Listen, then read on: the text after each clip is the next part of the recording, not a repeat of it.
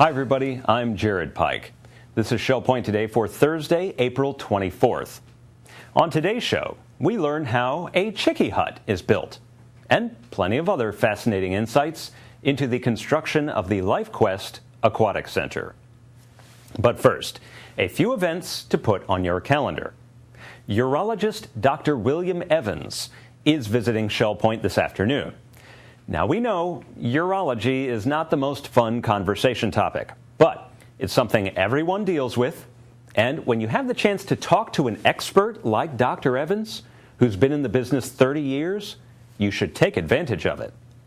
The Health Connection class, Common Urologic Issues, takes place this afternoon at 1:15 p.m. in the Social Center. Now tomorrow, our Shell Point Marketplace will once again fill the island's administration courtyard with vendors selling fresh produce, flowers, and more.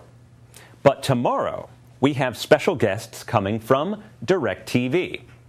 If you want television services above and beyond our free cable package, you have other options you can pay extra for, including DirecTV.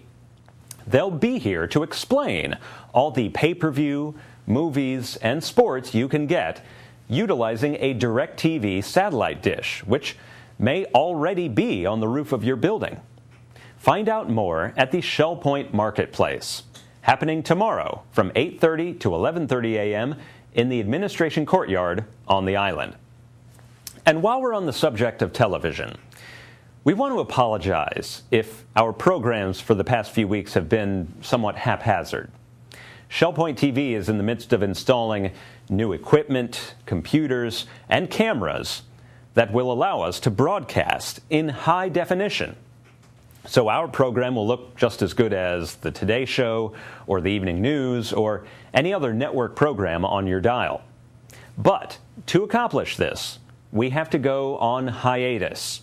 So, starting Monday, May 5th, Shell Point TV will be off the air for 2 weeks. That's everything. Channels 11, 12, and 13 will be dark for 2 weeks, starting May 5th. Now, when we return, we plan to have a new broadcast system that will make Shell Point TV look better than ever. Once again, Shell Point TV goes on hiatus for 2 weeks, starting May 5th. And we're not the only ones. The village church is also being uprooted in May due to the renovation of its sanctuary. They plan to hold their services in the Grand Cypress Room at the Woodlands, starting May 4th. Extra bus services are already lined up to transport people to and from the island and Eagles Preserve. And because of the smaller room size, there will be 2 Sunday morning services at 9 a.m. and 11 a.m., which are both identical. So you can choose which time of day to attend. We will also be videotaping these services, but unfortunately we cannot broadcast them live. You can either order DVDs or watch for free on the Village Church's website, villagechurchmedia.com. We'll hear more about the Village Church's plans later on in today's show. Now, one more bit of news about a hiatus. The Shell Point's own theater performance that was scheduled for earlier this April unfortunately had to be postponed. But director Ruth Duber wanted to assure everyone that it was not canceled. Indeed, it has already been rescheduled for November 13th. So, when the fall comes around, we'll remind you about the restaging of the latest humorous production prepared by Shell Point's own theater. Now, yesterday, we showed you part 1 of our documentary on how the LifeQuest Aquatic Center was constructed, literally from a hole in the ground. Now we see part 2, where we discover how a chickie hut is built, what kind of person it takes to lay brick pavers, and why Bob Southern was the first one in the pool. Hi everybody, it's Jared Pike here with Shell Point TV. With me is Bob Southern, the Director of Project Development. And today, we're going to look at footage that we've shot of the Aquatic Center, the LifeQuest Aquatic Center, as it's being built. So now the pool's covered in concrete. The buildings, the exteriors are done and they're working on the interiors. Now I see they're kind of digging trenches here. What are they doing? They are running more pipes around, and they're underground utilities of various types. And it could be irrigation, it could be electrical, it could be plumbing. There's just a myriad of pipes running all over that site. And it was a great challenge to work in the pool project with all the existing underground utilities that run through that site, and plus add all the new ones that we had to put in. And we had to reroute a few heavy communication and phone lines around the site. So it's always a challenge in a area that has been developed to work around what's there. And some things you know ahead of time, and some things you find by accident, and that's never a lot of fun. All right, I see more stakes here. What are they staking out? Well, they're starting to stake out where other things are going to occur on the site, where there are going to be sidewalks, where there will be planter beds, where paver blocks will go. I was joking with the superintendent. It looked like he was going to start planting his tomatoes out there. There were so many stakes. But you're starting to lay out the site so that the superintendent knows where he's going to put in his sidewalk, and where the edge of the pavement is, and where the street starts, and where the palm trees go, and all the stuff you see out there now. It's not left to happenstance. Surveyors come out and they lay out corners of things so that this is where the pavement ends and this is where the planter bed starts. And so that's all over that site. You'd see stakes telling him where the pavers go and where the concrete starts and stops. And they're still hauling in more dirt. Still hauling in more dirt. That's a never-ending thing, isn't it? That's a never-ending thing. You take dirt out, you bring dirt in. What they're doing now is spreading the sand that goes under the paver bricks. We call them paver blocks, paver bricks, but there is a compactable, nicely smoothable sand that you put under the paver brick, and under that is a very compactable material that they run around on first that gives you a good hard base. And then the sand is something that the guys can smooth out nicely that they then lay the pavers on. So there are built-up layers that as you get up to that layer, even with the pool deck, of all that material in there. I see them laying the curbs. Yeah, they're starting to form the site. And because we had such a restricted schedule, so much we had to get done, and so much that needed to be done, we did some areas, and then we had to leave some openings so you could get in to deliver palm trees or get in to finish certain things. But we couldn't wait to do the entire perimeter, so we did some things and then left other things go to finish later. All right, trees coming. This is a big day. Yeah, we brought in some of the bigger trees and some of the perimeter stuff, but particularly the bigger ones that had to go into the site, and the ones that went deep into the site as early as we could. And then you had to really make sure you kept them watered while this other construction work was going on, because we had no irrigation system. And now we're into the time of the year when you're not getting any rain. Right. So we had a day laborer out there, and one of his jobs was just to water trees every day. Wow. Run around with a hose and keep the trees wet. They're expensive palms, and you didn't want to risk losing them and not keeping them wet.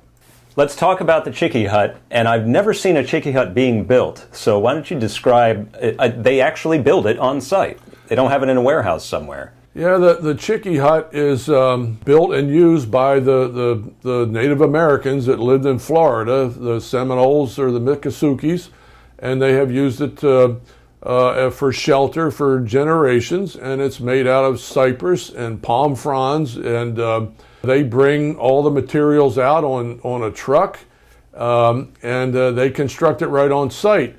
It's been modernized a little bit. The posts at the bottom are now pressure-treated lumber, so they have upgraded that, but enjoyable to watch it because nobody's out there with tape measures, or it's all done by eye, and the horizontal roof members are essentially at the height they are because the guy would put his foot on the one below and his knee would be kind of where he'd lay the next one and nail it in place, and then the fronds are kind of pre-cut, and the guy on the bottom puts a nail in one place, and the guy comes up and drives the nail in the rest of the way and cuts the frond off at the right length, and they're passing up fronds as fast as they can, and in like 5 hours they had that structure built and they were out of there. It's amazing, and those things last.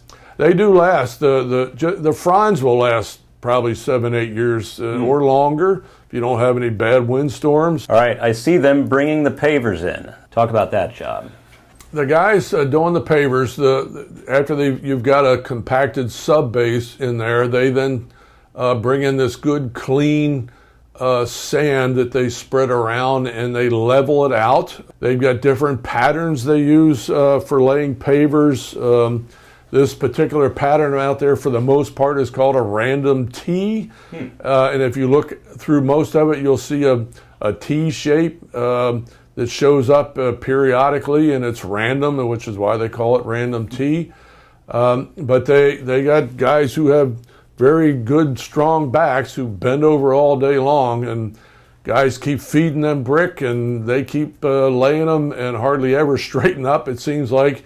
And they just keep laying them by hand, brick after brick after brick, cutting, many, many bricks to fit around things. So while they're doing the pavers, we see on the left that guys have poured sidewalks for the main building here. And now they're working on these parking spots.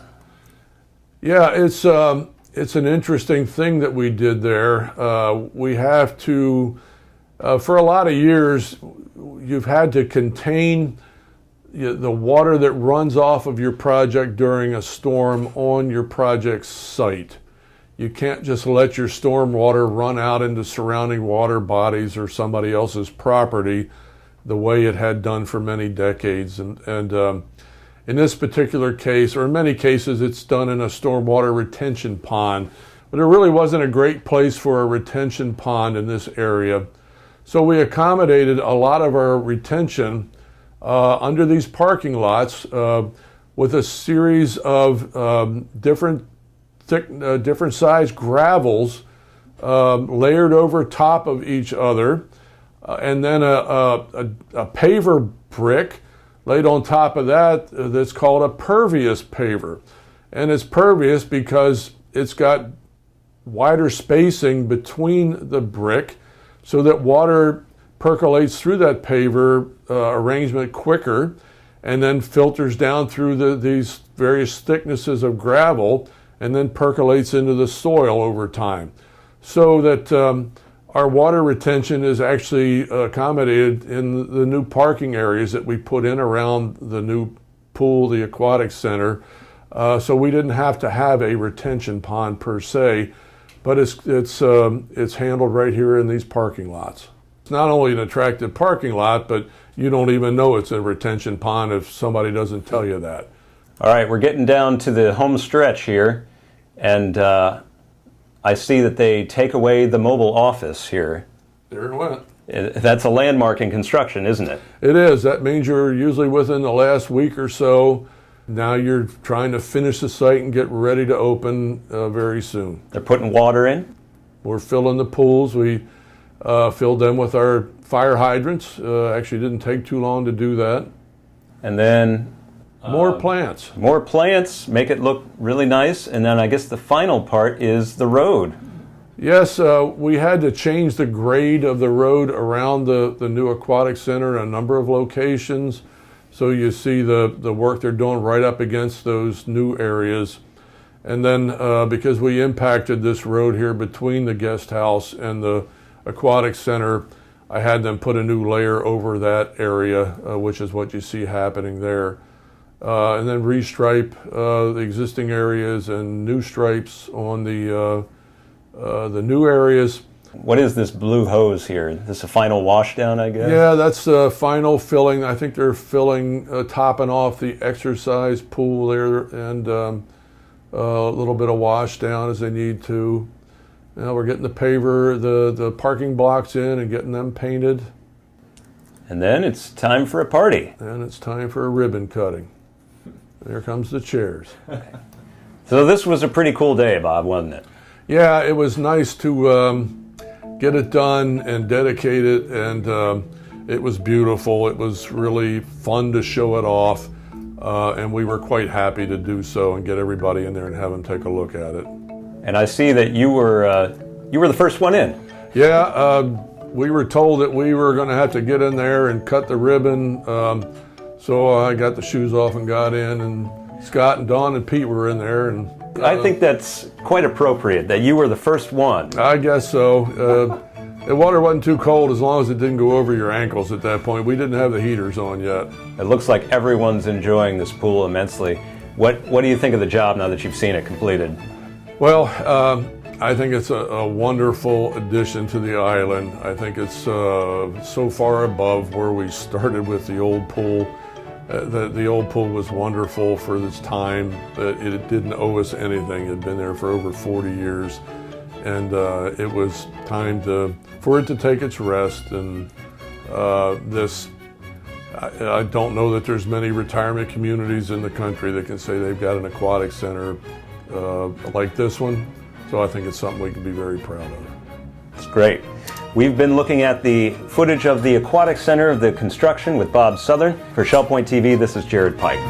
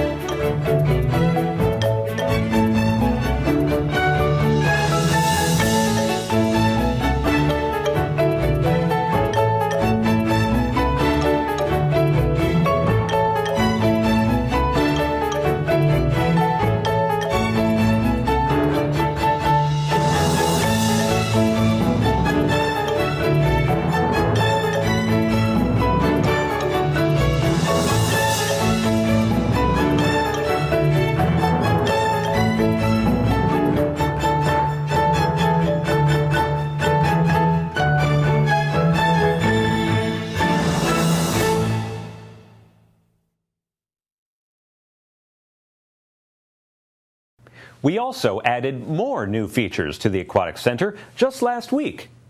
There are now large shade structures covering the exercise pool and parts of the main pool, which allow you to rest your eyes and not get burned in the sun.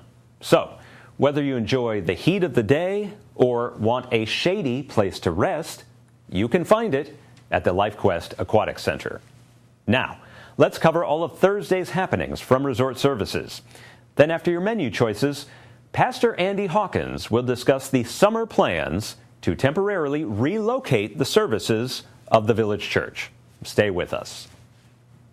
Welcome to the Happening segment of Shell Point TV. I'm Bev Chandler. This is Leslie Brand, and we're going to go over the activities that we offer for you here today.